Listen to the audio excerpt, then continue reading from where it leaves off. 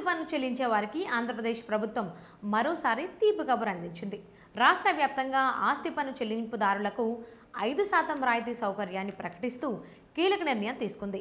పన్ను వసూళ్లను పెంచడం, ప్రజల్లో చెల్లింపులపై అవగాహన పెంచడం లక్ష్యంగా ఈ రాయితీని అమలు చేస్తున్నట్లు అధికారులు తెలిపారు.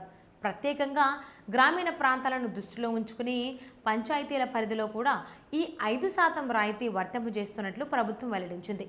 నేషనల్ పంచాయతీరాజ్ డే సందర్భంగా ఈ నిర్ణయం ప్రకటించడం గమనార్హం. అయితే ఈ రాయితీ మే 1 నుంచి మే 31 వరకు మాత్రమే అమల్లో ఉంటుందని స్పష్టం చేసింది.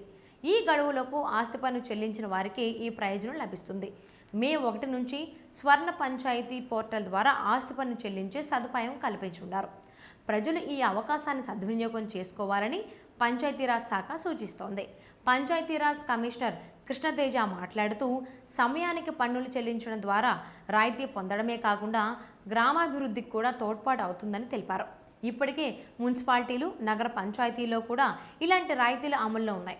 2026-27 ఆర్థిక సంవత్సరానికి సంబంధించిన ఆస్తి పన్నును ఏప్రిల్ 30 లోపు చెల్లిస్తే 5% రీబేట్ ఇస్తున్నారు. అలాగే 2025-26కి సంబంధించిన బకాయిలపై 50% వడ్డీ మాఫీ కూడా ప్రకటించారు. దీంతో పన్ను బకాయిలు ఉన్నవారు ఈ అవకాశాన్ని ఉపయోగించుకుని తమ భారం తగ్గించుకోవచ్చు.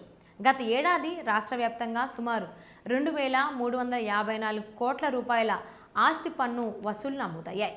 ఇది గత ఏడాదితో పోలిస్తే 16.57% వృద్ధి సాధించినట్లు ప్రభుత్వం తెలిపింది. ముఖ్యంగా విజయవాడ, గుంటూరు, తిరుపతి, విశాఖపట్నం, రాజమహేంద్రవరం నగరాల్లో అధిక వసూలు నమోదయ్యాయి. మంగళగిరి, తాడేపల్లి ప్రాంతాలు కూడా ముందంజలో నిలిచాయి. మొత్తంగా ఈ రాయితీ ద్వారా ప్రజలకు ఆర్థిక ఉపశమనం కలిగించడమే కాకుండా రాష్ట్రంలో పన్ను వసూలను మరింత మెరుగుపరచాలనే లక్ష్యంతో ప్రభుత్వం చర్యలు తీసుకుంటోంది. సమయానికి పన్ను చెల్లించడం ద్వారా రాయితీ పొందడమే కాకుండా స్థానిక అభివృద్ధికి కూడా తోడ్పడవచ్చని అధికారులు సూచిస్తున్నారు.